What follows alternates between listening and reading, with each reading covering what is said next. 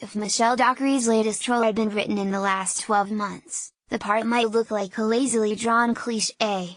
She is about to appear at the National Theatre in the stage adaptation of the Film Network, playing Diana, a savagely ambitious TV executive played by Faye Dunaway in the original, whose editorial and commercial values would be indistinguishable from those found at Fox News today.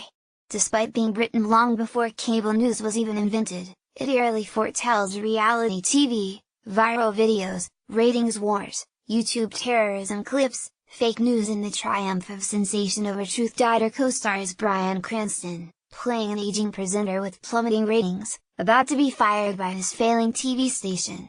With nothing to lose, the anchor goes rogue and lets rip, venting misanthropic fury instead of reading the news, and threatening to blast his brains out live on air. His rants send ratings through the roof, and Diana wild with excitement. Glimpsing the future, she grasps the lucrative potential for a channel willing to dispense with all journalistic integrity and broadcast partisan polemic instead.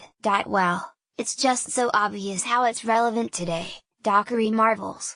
The anchor, Howard Beale shouting, "I'm mad as hell and I'm not going to take it anymore," feels very pertinent, in the world of fake news and people frustrated with the political situation.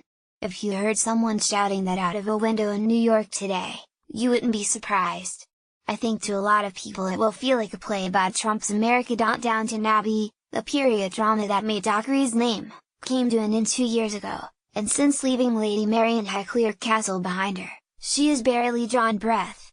She has been holed up in North Carolina playing a lawless con artist trying to keep out of jail in US drama Good Behavior, spent months on location in New Mexico filming Godless, Steven Soderbergh's new Western series, and appeared in the film adaptation of Julian Barnes' A Sense of an Ending. The contrast between the young widow Lady Mary and the roles she has chosen since makes me wonder if she has deliberately set out to thwart any risk of being typecast, but Dockery shakes her head. No, I've never been one to go, "Oh, I need to do X now, to show I can do Y." I felt I'd do a disservice to Mary by going, "Enough of that now, let's move on to something else." Because I loved her, and I loved playing her. And I just loved Alice, too, and instantly connected with her. Alice is Dockery's character in Godless, a Netflix original co-starring Jack O'Connell and Jeff Daniels, and set in a New Mexico town populated by women and children, the men having died in a mining accident.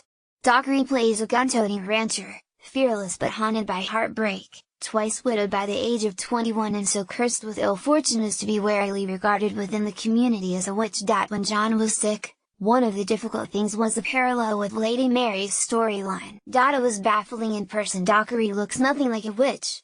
Nor does she sound anything like an English aristocrat, or an American, but speaks in a surprisingly strong Essex accent.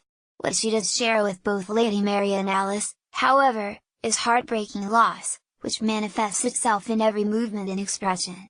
Although arrestingly beautiful, she is Hollywood then, and the ethereal impression of fragility is heightened by a watchful demeanor, hesitant sentences and eyes that look pinched with fatigue. The actor chooses all her words with conspicuous care, but never more so than when talking about the death 2 years ago of her fiancé. She and John Deneen, an Irish public relations director, had been engaged for a year when he died of cancer, aged just 34. I don't have the vocabulary to describe what it felt like, and what it still feels like. It is. She breaks off. "Sorry, give me a minute." In the long silence she composes herself.